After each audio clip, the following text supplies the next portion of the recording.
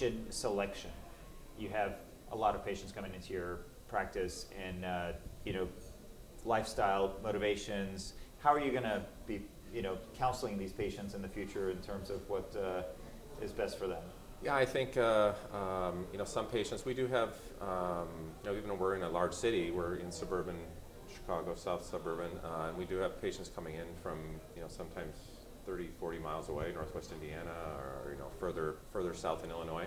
So for patients like that may be commuting a ways, the nasopharyngene being a quarterly installation, certainly can be a nice option. And just, what I talked about before, where the clinics are very busy, having someone come in once a quarter for a medication installation that takes, just a few minutes is a great option. Obviously, you have to make sure the patients, come in for their treatment, because you don't want to have the dose and thaw it out, and then the patient is like, I decided to stay home today, or something came up, and you're stuck with a dose of medication. No, that's.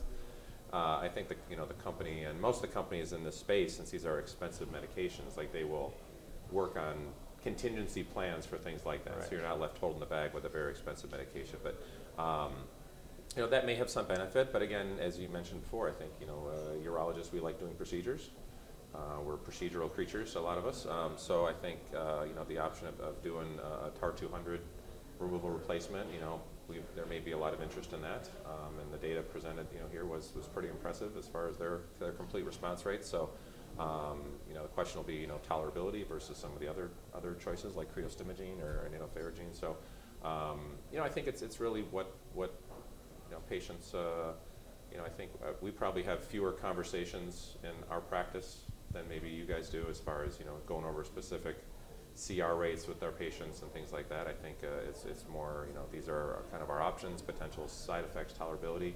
I don't know if, some of the patients that I see on a day-to-day basis are going to be, kind of splitting hairs on the data as much as they may be if they're referred in from the community, like a lot of you guys are seeing. So, but, again, we've got lots of great options, and it's really, convenience and, also how their bladder is normally. Right. If they have a lot of, urinary symptoms, if it's a, male with a larger prostate and has baseline LUTs, do you want to do a TAR 200 and have to be putting a introducing catheter in them on a regular basis? If it's a female with, baseline overactive bladder symptoms, you don't want to do these expensive intravesical treatments and then it comes right out, 2 minutes after you put it in. So, there's all those factors come into play on a practical level. Well, certainly, all of these have some kind of side effects, and Mark, I've heard you say you use Valium, I think, for bladder spasms preoperatively. Have you found that is helpful?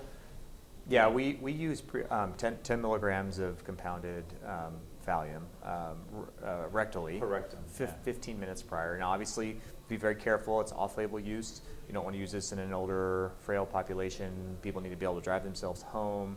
So if they're driving themselves, you probably shouldn't give it. But if they have a ride, and if they're healthy and they want to do it, we found that it reduced the two things. One, the amount of medication loss went from about 29% to about 4%. So that pretty remarkable. And that translated into in absolute different terms. It translated to about a 20% improvement in complete response rate at 3 months. So that may be an important part, exposure may be an important part of its mechanism of action. But the second thing we found, it was much better tolerated too. There was less bladder pain and less bladder spasm. So we are giving the Valium rectally right beforehand. And we do that for a lot of intravesical therapies, not just nasopharyngene. So you think it's better than anticholinergics and, Berger, all these newer medications we have? I'm not sure that it's better. In our data, we showed that it was better, but there might be different ways of using those medications, like maybe longer duration. I think the FDA, says maybe a few days around the time.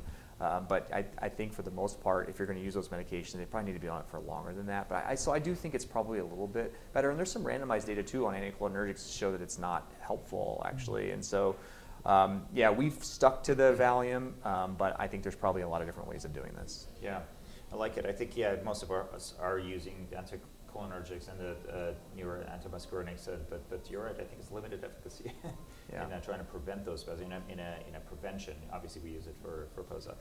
So, Vic, you're on the other side of the country, and for us, BCG shortage is a major deal.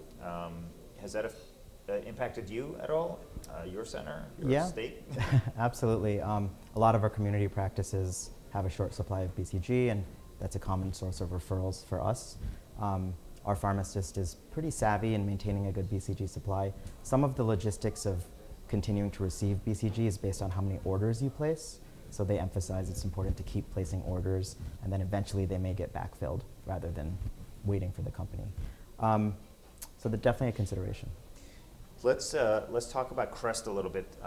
So that was presented by Neil Shore earlier yesterday, and pretty remarkable results. I think we didn't quite expect the delta difference. Do you think that's something that we're going to be incorporating into our practice in the future, giving those patients that extra boost of knowing the recurrence-free survival is a little bit better with the addition? Yeah, it was a great trial, and it's awesome that they were able to accrue so many patients and have high quality data. I personally was not moved by the efficacy difference. We're adding a systemic IO treatment. It's given subcutaneously, but it's a systemic medication. And I thought that the difference in efficacy was relatively small for adding such a powerful treatment to the mix. Yeah, Aaron, let me come back to you and ask about subcutaneous versus IV. I don't know if you have IV infusion at your center, but does that make a big difference for you, whether it's a subcutaneous formulation? I think, it's certainly interesting, obviously much easier administration. I mean, we can do IV. We've been doing that for CIPT, for prostate cancer for a long time. Yeah. So we can do it. We've not taken the leap into doing Pembro in our office as yet. Mainly because the oncology group that I work with closely is literally 2 doors down from us, and they give Pembro to everyone who walks in the door, seemingly, since it's all the approvals they have. So we just haven't found it worth the effort to educate all my colleagues on what are the potential side effects. What do you do if a patient calls with this or that? There's some one of the itises that can happen with these. So is a subcutaneous administration going to change that? I don't know, honestly, but I think as far as the CREST data, I mean, it was an interesting trial, and I think to your point, like this is something. Is this something we're going to take the leap for every BCG naive patient and say, okay, we're giving you immunotherapy as well, and that's where those biomarkers are really going to need to be helpful, because we don't want to overtreat, and there's definitely side effects with any immunotherapy. And there's some newer versions of immunotherapy in development that maybe will be less toxic in the future, but right now it's a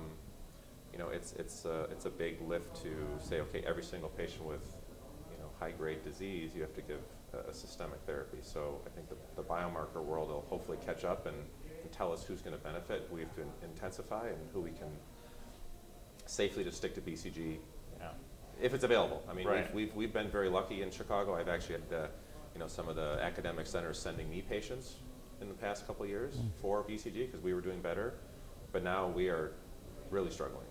So it is becoming a big problem. It's quite a signal all around the country, and it's been years now. We keep saying it's going to get better, but it's not. But fortunately, I think these trials are moving into the space, and we're having more available treatments.